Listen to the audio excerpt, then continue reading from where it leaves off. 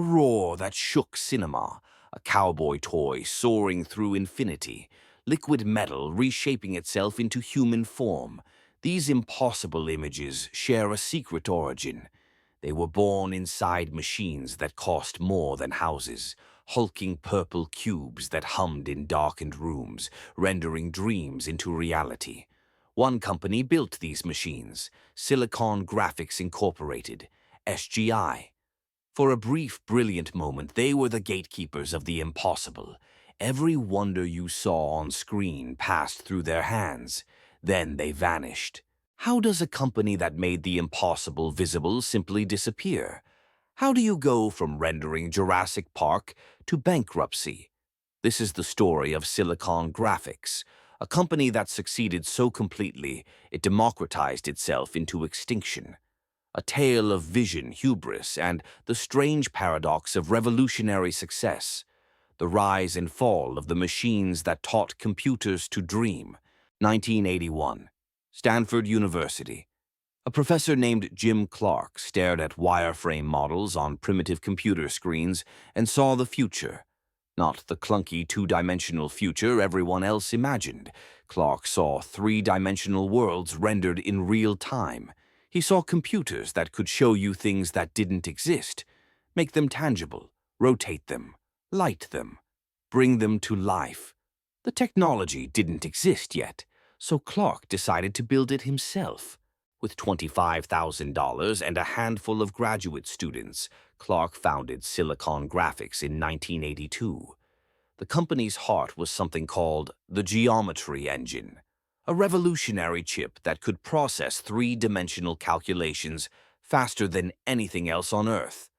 While other computers struggled to draw simple shapes, SGI machines could render complex, textured, three-dimensional environments. In real time, it was like comparing a telegraph to a telephone. The difference wasn't incremental, it was fundamental. October 1986. Silicon Graphics went public at a $100 million valuation. The Purple Cube workstations began appearing in places where the future was being imagined. Film studios, aerospace companies, medical research facilities. These weren't just computers. They were status symbols, tools that separated the visionaries from everyone else.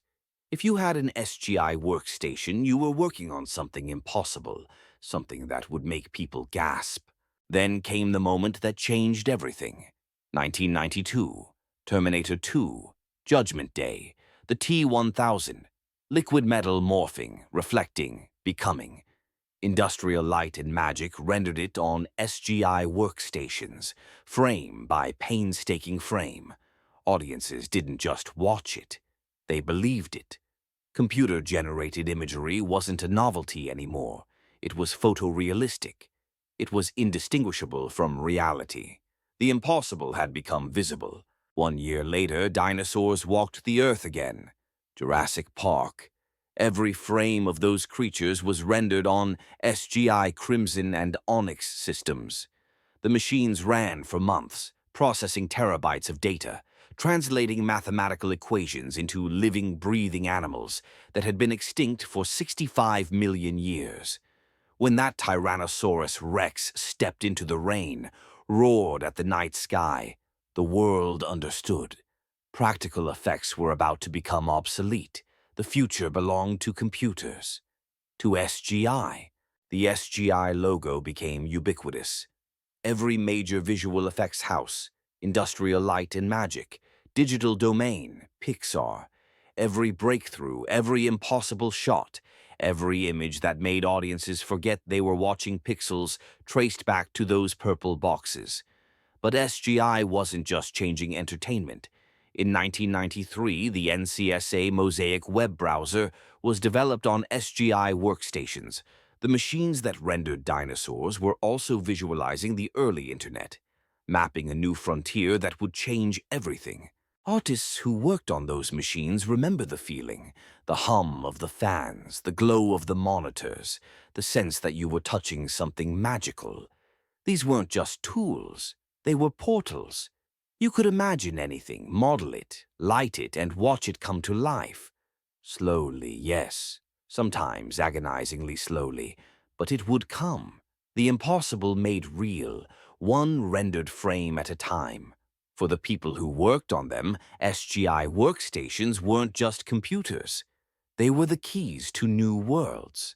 1995, the peak, Toy Story, the first fully computer-animated feature film. 117 SGI workstations running 24 hours a day for months. Some frames took 13 hours to render.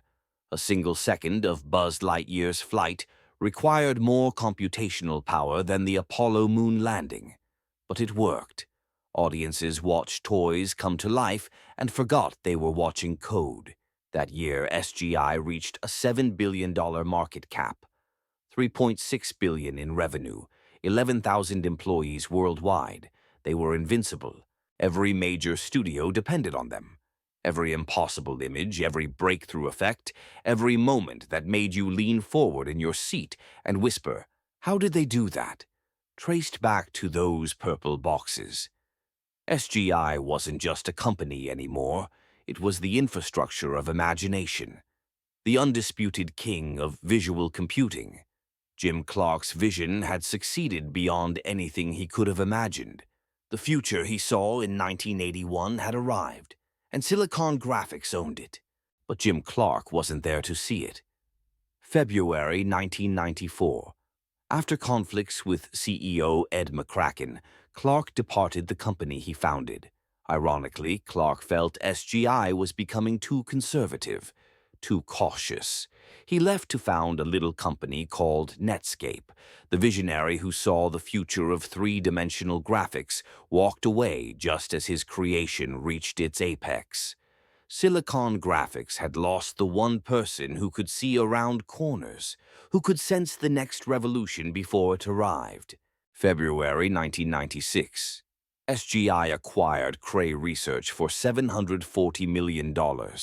Cray built supercomputers, massive machines for weather modeling and nuclear simulations. It seemed logical, synergistic, but it was a catastrophic distraction. While SGI's leadership focused on integrating Cray, they stopped watching the horizon. They missed the warning signs, the tremors, the approaching earthquake that would shatter their entire world. The threat wasn't coming from other high-end workstation makers.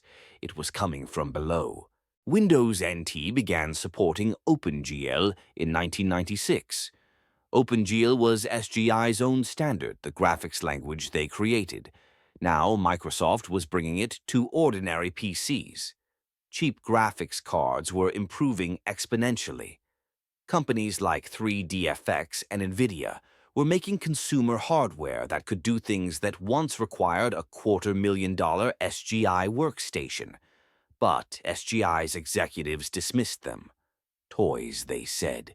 Consumer gadgets that could never match the power, the precision, the professional capabilities of a real SGI system. They were wrong. The hubris was breathtaking. SGI believed their proprietary IRIX operating system and custom silicon would always command premium prices. They believed customers would always pay more for the best. They didn't understand that good enough at 1/10 the price isn't just competition. It's extinction. While SGI workstations cost hundreds of thousands of dollars, PCs with NVIDIA cards cost $2,000. The math was brutal, inevitable, but SGI couldn't see it. Or wouldn't. They had built the future. How could the future betray them? 1997. NVIDIA released the Rivier 128 graphics card. It cost $200. It brought real-time 3D graphics to consumer PCs. The democratization had begun.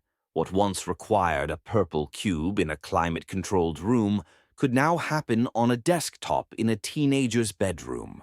The gates were open, the magic was escaping, and SGI was hemorrhaging money. The market they created was eating them alive. 1998. SGI reported a $459 million loss, 1,100 employees laid off, 17% of the workforce gone. Ed McCracken resigned after 13 years as CEO. Leadership chaos followed. Artists and engineers who had spent years working on those magical purple machines watched them become obsolete in real time. The tools that made them special, that gave them power, were being replaced by commodity hardware. The culture was dying. The dream was ending. SGI pivoted desperately. They abandoned IRIX for Linux, dropped their custom chips for Intel processors. They were trying to become just another server company. But in doing so, they abandoned everything that made them special. The geometry engine, the proprietary architecture, the purple cube mystique. They were trying to compete in a market where they had no advantage, where they were just another vendor. The company that made the impossible visible was now making generic servers. The fall was agonizing, inevitable. April 2006. Silicon Graphics filed for Chapter 11 bankruptcy. $1.1 billion in debt. The company that rendered Jurassic Park, that brought Toy Story to life, that made Terminator 2's liquid metal flow, was insolvent. The machines that cost more than houses were being auctioned off for pennies on the dollar. 24 years after Jim Clark founded the company with $25,000, it had collapsed under the weight of its own revolution. They had succeeded so completely, they made themselves obsolete. October 2006. SGI emerged from bankruptcy, but it was a ghost, a shadow, a name attached to a company that bore no resemblance to what it had been. The soul was gone. April 2009. They filed for bankruptcy again. This time there would be no resurrection. May 2009. Rackable Systems acquired Silicon Graphics for $25 million. At its peak, SGI had been worth $7 billion. They sold for 99.6% less. The mathematics of failure. August 2016. Hewlett-Packard Enterprise acquired what remained of SGI for $275 million.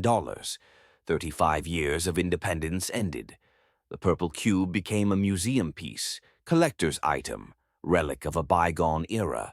The machines that rendered dreams were now nostalgia, props in the story of how we got here. Silicon Graphics Incorporated ceased to exist as an independent entity. The nameplate was removed, the logo retired. The dream concluded. But here's the paradox, the twist in the tale. Silicon Graphics didn't fail. Not really. They succeeded so completely, so utterly, that they democratized their own market into extinction.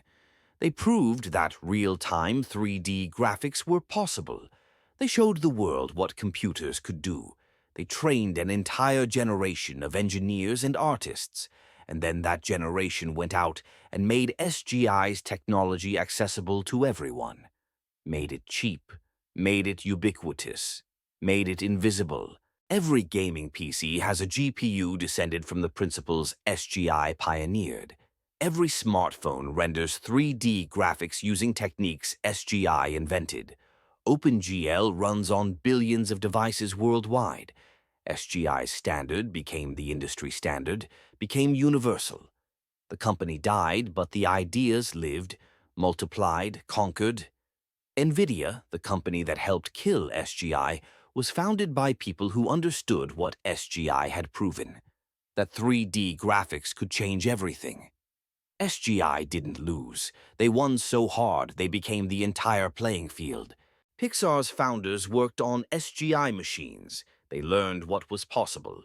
Then they built their own systems and changed animation forever. Industrial Light and Magic moved beyond SGI, but they never forgot what those purple cubes taught them. Every major VFX house today uses technology that descends directly from SGI's innovations.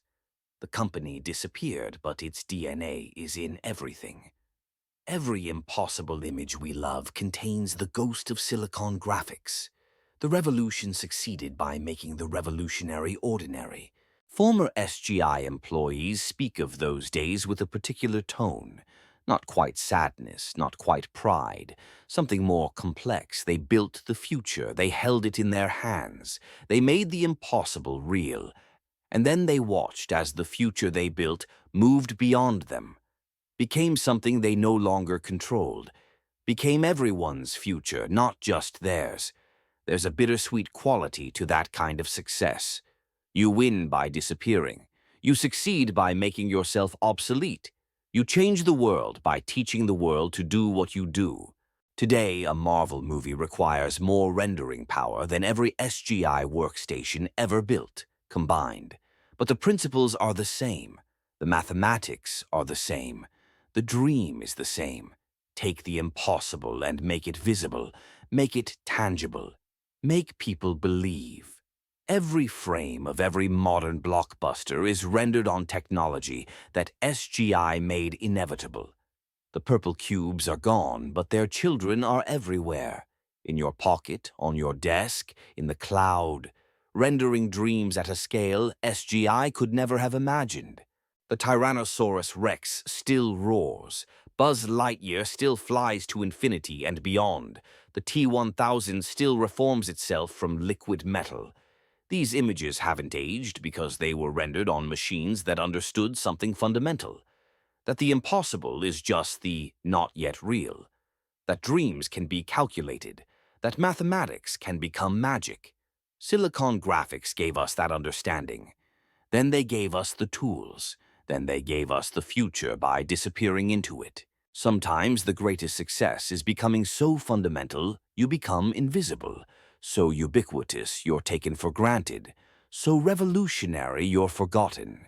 Silicon Graphics Incorporated doesn't exist anymore, but every pixel you see, every digital dream you experience, every impossible image that makes you gasp carries their DNA. The purple cube is gone, the logo retired, the company extinct. But the vision is everywhere, in everything, forever. That's not failure, that's immortality.